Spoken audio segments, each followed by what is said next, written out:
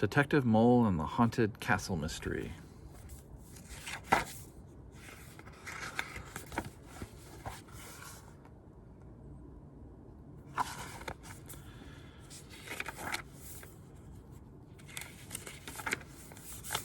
One morning when the rabbit family was digging a hole in their garden to plant sweet peas, they struck oil and became rich overnight. The first thing they did was tear down their humble cottage and replace it with a castle, brought piece by piece from Spain. They hired architect Phil Cat to put it all together, and interior designer Charlie Chihuahua to make the inside homey. When it was finished, the rabbits invited all their friends to a masquerade party. That's when they began to hear strange noises, so they included Detective Mole on the guest list. And as it turned out, it was a good thing they did.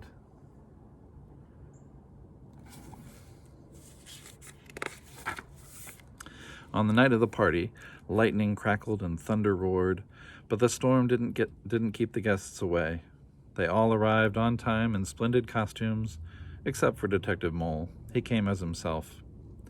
Mole was never comfortable in anything but his familiar trench coat and deerstalker. But the other guests outdid themselves. Lola Field Mouse was a Spanish dancer. Phil Cat came as a clown. Charlie Chihuahua appeared as Count Dracula. The chicken family were characters from Robin Hood. Elmo Elephant, in harem pants, was Aladdin with his magic lamp. Horace and Matilda Rabbit and their two children, Melissa and Chrissy, were dressed as medieval royalty. As he walked toward the main hall, Detective Mole saw a nut on the floor. He picked it up and asked if it belonged to anyone. No one claimed it, so he put it in his pocket. "Have some punch, everyone," said Horace Rabbit. "Afterward, I'll take you on a tour of the castle."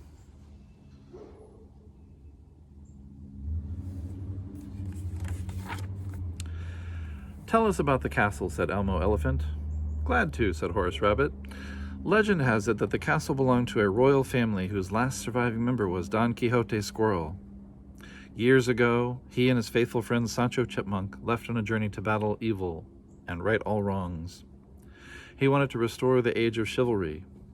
He was last seen fighting windmills in Spain. When he didn't return, the castle was sold to pay back taxes. A treasure was buried in the castle, but it has never been found. There's also a curse that says anyone disturbing the treasure will be haunted by the ghost of Don Quixote Squirrel himself. It's all pure poppycock. Still, it makes a good story." "But what about the tap-tap-tapping sounds we've been hearing all at night, Daddy?" asked Melissa.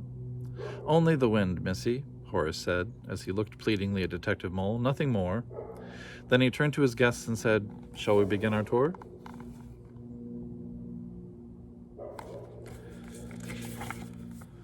Just then, lightning flashed brightly, followed by a loud clap of thunder. Missy and Chrissy cried out in fright. "I'll stay here with the children," said Matilda Rabbit. "We can play games by the fire." So Horace and the guests proceeded without the children and Matilda. The first stop was a large paneled room at the top of the grand staircase. "This was originally the throne room," said Horace, "but we use it as a TV room and library. Over the fireplace is a portrait of Don Quixote Squirrel and his trusted friend Sancho Chipmunk. The one wearing the armor is Don Quixote Squirrel." "Those stairs in the far corner of the room," said Charlie Rooster. "Where do they go?" "Down to the dungeon," said Horace. "That's the next stop on the tour. Follow me, everyone."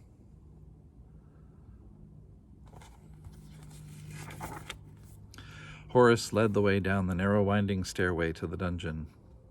"Here prisoners were kept," said Horace. "We've removed most of the chains from the wall and plan to get rid of a lot of this junk. We think it would make a nice family room someday. Right, Charlie?" "If you say so," said Charlie. Detective Mole looked around and asked, "Has anyone seen Lola Field Mouse? She was with us in the throne room, library."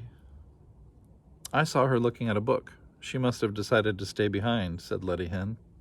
"Or she might have gone back to the main hall to help Matilda with the children. She spent so many years living in dark spaces, poor dear, that I'm sure a dungeon wouldn't interest her."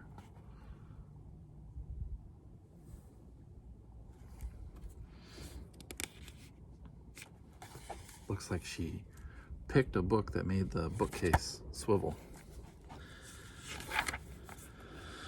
"Let's continue the tour," said Horace. "Here is the staircase that takes us to the east wing."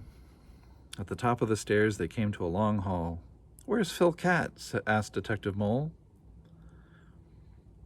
"It's just like him to wander off," said Charlie Chihuahua. "I could never find him when I needed him as I was trying to decorate this place. He probably went back to the main hall and right now is guzzling punch."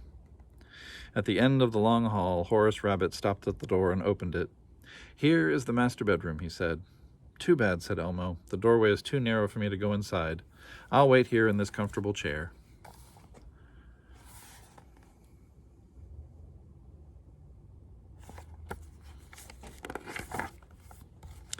Inside the master bedroom, Horace said, "Other than a few frills," Charlie added, "this room is just as it was in medieval times." "That is if you call priceless tapestries frills," said Charlie under his breath. They left the room. Then they looked around the hall. "My goodness," cried Letty Hen, "where's Elmo?" "That does it," said Detective Mole. "This has all the earmarks of a first-class case. I suggest we go downstairs and see if we can find Lola, Phil, and Elmo." When they got to the main hall, they discovered that Lola, Phil, and Elmo were missing. When the elephant sat on the chair, it also swiveled. Detective Mole began his investigation. He questioned everyone. They were all certain that Lola was last seen in the throne room. Phil disappeared in the dungeon, and Elmo vanished in the hall of the East Wing. Said Detective Mole at last. "Horace, come out with me. The rest of you stay here while we check this out." Detective Mole led Horace to the throne room. "Let's see," said Detective Mole. "Letty Hen said she saw Lola reading a book.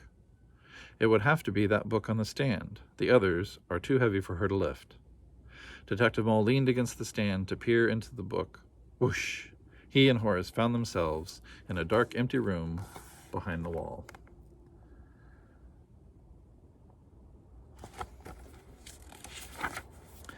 "I can't see," cried Horace. "What is this place?"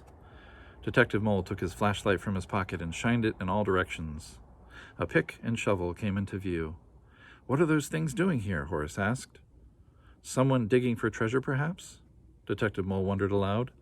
A tiny compass for making circles was partially hidden in the dirt. He picked it up and put it in his pocket. "Let's move on, Horace," he said. "There is a passage ahead. Let's do some more investigating."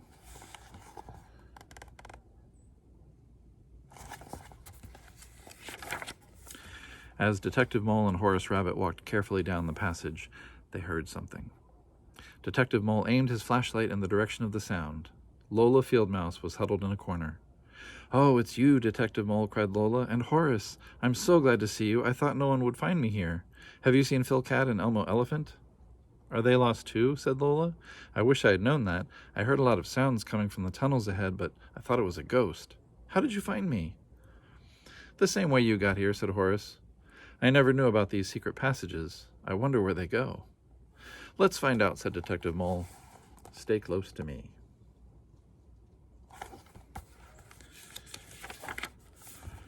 They went through tunnel after tunnel. At last they found Elmo Elephant and Phil Cat. "Wow," said Elmo. "Are we glad to see you? I sat down on that chair in the hall, and the next thing I knew I was in this tunnel." "And I leaned against some chains in the dungeon," said Phil Cat. "That's how I got here. How do we get out?" "If my sense of direction is correct," said Detective Mole, "this tunnel should take us to the main hall. Let's keep walking." They came to the end of the tunnel and saw a light. They peeked through some grill work to see where the light was coming from. "Look," said Detective Mole. There's the staircase to the main hall. Everybody push." Everyone pushed on the grill, and it gave way. They all went tumbling down the stairs.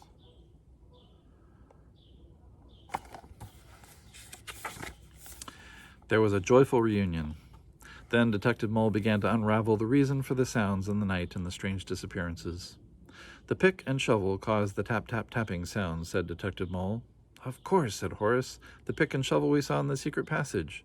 Someone must have been digging in there for treasure." "But I still don't believe there is any treasure."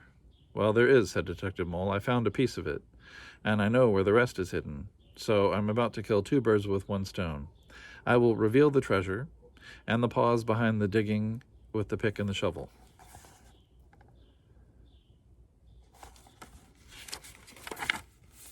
With that, Detective Mole calmly walked over to the suit of armor and knocked it down. Thousands of nuts came spilling out, and everyone began slipping and sliding as they stepped on them. "This is not treasure," the children cried. "This is nuts." "It's treasure to someone, as you will see in a minute," said Detective Mole. Just then there was a loud commotion. Two strangers came clanging and banging into the hall. "What are you doing?" the taller of the two cried. "Those nuts belong to us. They are our winter supply."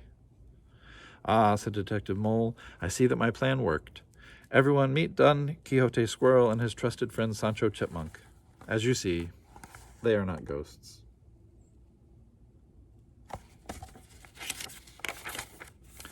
Horace Rabbit stepped forward and said, "Why did you want to scare us? This castle belongs to my family now. We bought it fair and square. You went off to fight windmills." "It is not the castle we want," said Don Quixote Squirrel. "It is the nuts that we worked so hard to collect. When we found out they were shipped along with the castle, we hurried here to claim them. We just arrived this very night, so we certainly haven't been scaring anyone. We made up that rumor about a curse so no one would bother our treasure till we came for it. Just let us pack up now and leave. We're anxious to start on some new adventures." "Horace," Detective Mole said, "they are telling the truth. Someone else is behind the tap-tap-tapping noises and digging you have been hearing. You may be sure that he is very disappointed to learn the truth about the treasure. He could have saved himself a lot of digging." "He?" asked Elmo.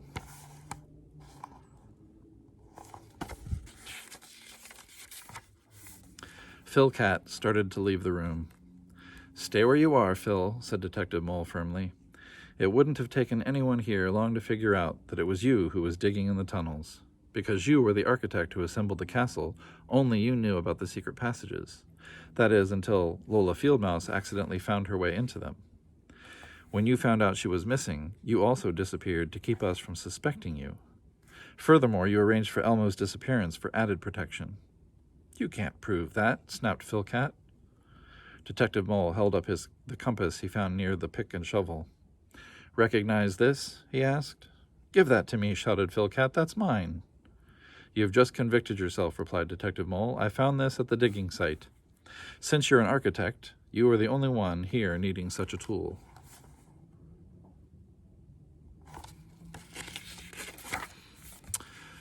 The police were called to take Phil Cat away. The party continued, and all night long the sound of music and laughter came from the castle. Everyone had a wonderful time.